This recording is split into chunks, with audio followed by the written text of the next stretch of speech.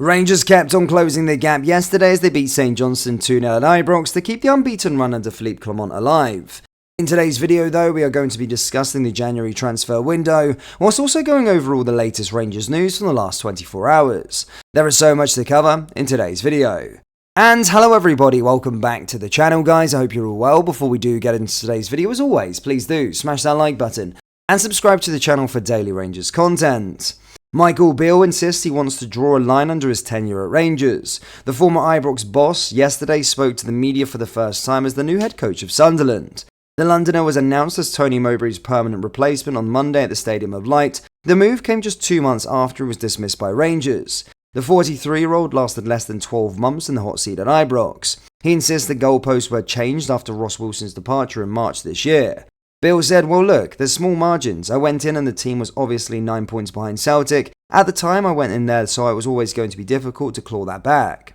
By the end of the season we weren't able to do that and we'd lost the cup final, so that was disappointment. There was a lot of change because our sporting director left. Ross Wilson was someone that was hugely influential in me going back, and him leaving changed the goalposts. But I want to talk forward, and the biggest message I've got for Rangers fans and everyone there is, I spent 5 years there, it was wonderful times both in domestic and European football. I've got nothing but admiration for the club and the fans and everything for what they gave me, and I tried to give them it back.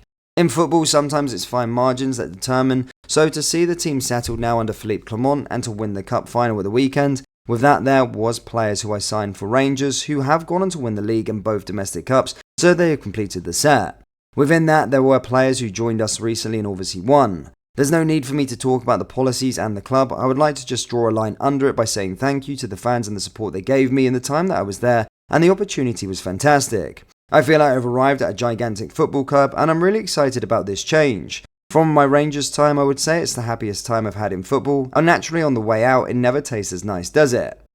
Just a quick one guys, we have released our brand new Rangers Christmas drop. We've got the Sing in the Sash tees along with the famous RFC Christmas tee. Do browse the new collection by going down into the link in the description or go to rfcclothing.com. Anyway, let's get into today's video. Mason Holgate would certainly improve the Rangers defence if he were to switch from Everton. Speaking exclusively to Football Insider, former Rangers and Scotland defender Alan Hutton believed the out-of-favour centre-back would relish the chance to play in front of the Ibrox crowds. As reported by many sources, Philippe Clement's side are in a three-way race with English outfits, Watford and Middlesbrough, to loan Holgate with the Toffees keen to terminate his spell at Southampton. The 27-year-old has had a disastrous loan at the St Mary's Stadium, having just made 5 championship appearances and being an unused substitute in 13 times. Everton are keen for Holgate to get more minutes away from Goodison Park, and Hutton is confident that Glasgow would be an ideal place to do so. He's absolutely a good fit for Rangers, Alan Hutton said. He's a guy who can play well, he's a versatile and he can come in as a centre-back. But he can play in different positions, which is great. He's gone out to Southampton on loan to obviously get some more game time. It's not quite happened for him and he's not getting the minutes that he'd like, but it would be a great opportunity to go to a massive football club. Playing in front of those fans would be something he'd be keen on, and I think Sean Dyche would want him to be playing minutes as well. If Rangers can get that one over the line, it would be a massive deal, as he certainly makes the backline better. John Harson believes Celtic are currently being sent a warning by Philippe Clement and reckons his former side must take it on board. Rangers of course won the League Cup at the weekend as they defeated Aberdeen, and the Ibrox club are now setting their sights on a title battle with Celtic, as well as the Europa League knockout stages. Harson has been hugely impressed by the impact of Clement in Glasgow, but he feels his former side Celtic can take the pressure on board to pull through the current slump in form. Speaking to Go Radio, Harson said, Clement has done a really good job since he has come in. There is no getting away from that. He's set out to the players what he needs from them, what he's asking from them. He wants discipline, hard work and commitment. He certainly got that in a run of games that they've been on. They've shown good spirit, they've come back from being behind late in games, so they have the spirit and character within the team. But can he go on and push Celtic? Celtic need a little bit of help. They've had a couple of injuries, but take nothing away from the job Clement has done in a short space of time. He's won a trophy, and when Clement is talking about titles, maybe he's saying not this season. If that's not a warning sign for Celtic when the opposition manager is pointing out that he may win titles and wants to win them, you've got to respond to that. You've got to react to that. You've got to say, while I'm a manager here, no you won't. I'm going to make sure I'm going to the board, I'm going to bring in the right players to suit the club and suit the way I want to play, and I'm going to get them on the pitch and I'm going to stop you from winning titles. That's what Brendan Rodgers will be thinking. Former Rangers loanee Ovie Ejaria has found himself without a club after the midfielder was released by English League One side Reading due to injury issues. The 26-year-old who played for the Ibrox team for a short spell in 2018 under Steven Gerrard was once valued at £3 million while on the books at Liverpool. Ejaria left the Light Blues due to struggling to adapt to the physicality of the Scottish game, and Gerrard expressed his disappointment at the time of the player cutting his loan spell short. He said, "Am I disappointed he's gone? Yes, I do. I think it's the right decision. No, because I think he's had an incredible opportunity here. But I wouldn't stand in any kid's way, whether he is signed with us or on loan. I want players here who are committed and want to help and who want to play here. He's a young kid living away from his family."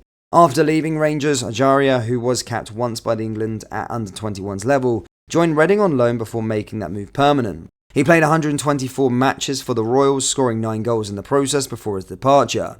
A statement from the club read, Ejaria's contract was due to expire at the end of this current season. However, with injury and fitness problems limiting first-team action as of late, and a desire from the club to reduce his expenditure, an agreement was reached for Ovie to leave the club early.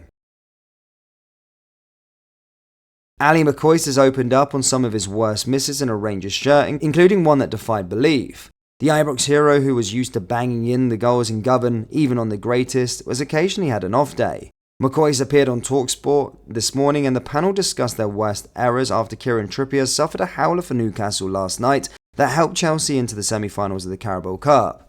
"I had one at the San Siro that defied belief," McCoy said. "Walter Zenga was in goals and Ian Redford hit a free kick. It hit the bar and I'm right onto it. I'm underneath it, looking up, then looking down at Walter Zenga. He's lying in the 6-yard box looking at me, and then we're both looking at the ball. All I could hear is 400 studs coming behind me and I'm just thinking, just come down please, gonna just come down. I didn't and I jumped early, I'm talking 2 yards out, and as I jumped early I've come down and the ball's hit me on my head. It was just the worst ever." McCoy's also reminisced about a league sitter that he missed, but he piles the blame on a former teammate for the error. He added, "There was another one at Tynecastle against Hearts. I swear to God, this is what happened. We had Mylolenko playing and he was brilliant. What a player he was. He goes down this inside left by 2 or 3 players, gets into the 6-yard box and I've got a tap in. I'm just standing in the 6-yard box and he goes to square it, but doesn't and takes it again. He's now about half yard out and then rolls it along. As he goes to do that, he stops the last minute and that split second rolls it along. By the time my feet are planted in the ground, I can't move. I'm literally half a yard in the 6-yard box. I can't move and the ball rolls right in front of me. Of course, I'm getting absolute pelters from the Rangers fans. I'm looking at Mylolenko going, why did you not give me it early? It was horrendous."